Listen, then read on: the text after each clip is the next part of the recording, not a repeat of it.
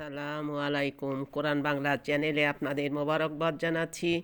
আমরা এই পৃথিবীতে বেঁচে থাকা অবস্থায় যা কিছুই করি না কেন সেগুলার শাস্তি আল্লাহ চাইলে দুনিয়াতেই দিয়ে দেন। আসুন সে বিষয়ে আমরা কিছু জানার চেষ্টা করি।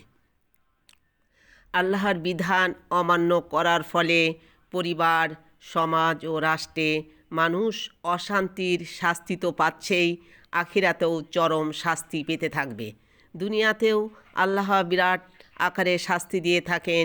ভূমিকম্প, সুনামি, ঝড় তুফান, বন্যা, অতিবৃষ্টি, অনাবৃষ্টি, জলোচ্ছ্বাস, আগ্নেয়গিরির বিস্ফোরণ, ব্যাপক অগ্নিকাণ্ড ইত্যাদি মানুষকে জানিয়ে দেয় যে এমন একটি বিরাট শক্তি রয়েছে যার মোকাবিলা করার সাধ্য কারণেই।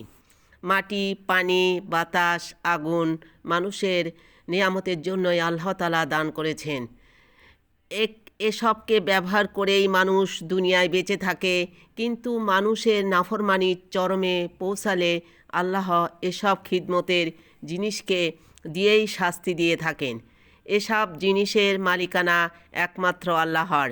তিনি এসবকে মানুষের খিদমতে লাগিয়ে রেখেছেন, আবার তিনি আযাব দেওয়ার জন্য এগুলো ব্যবহার করেন। আমরা সব তারই রাজ্যে বাস করছি।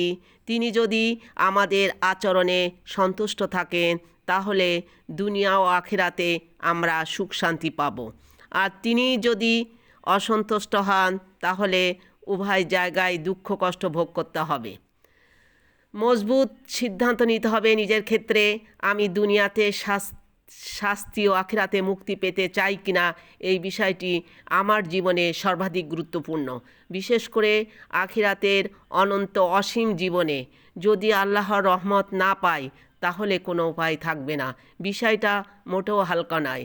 যদি আমি সিদ্ধান্ত নেই যে আমি দুনিয়ার অশান্তি থেকে বাঁচতে চাই এবং আখিরাতের শাস্তি থেকে রক্ষা পেতে চাই, তাহলে আমাকে এ কয়টি কাজ করতে হবে। 1.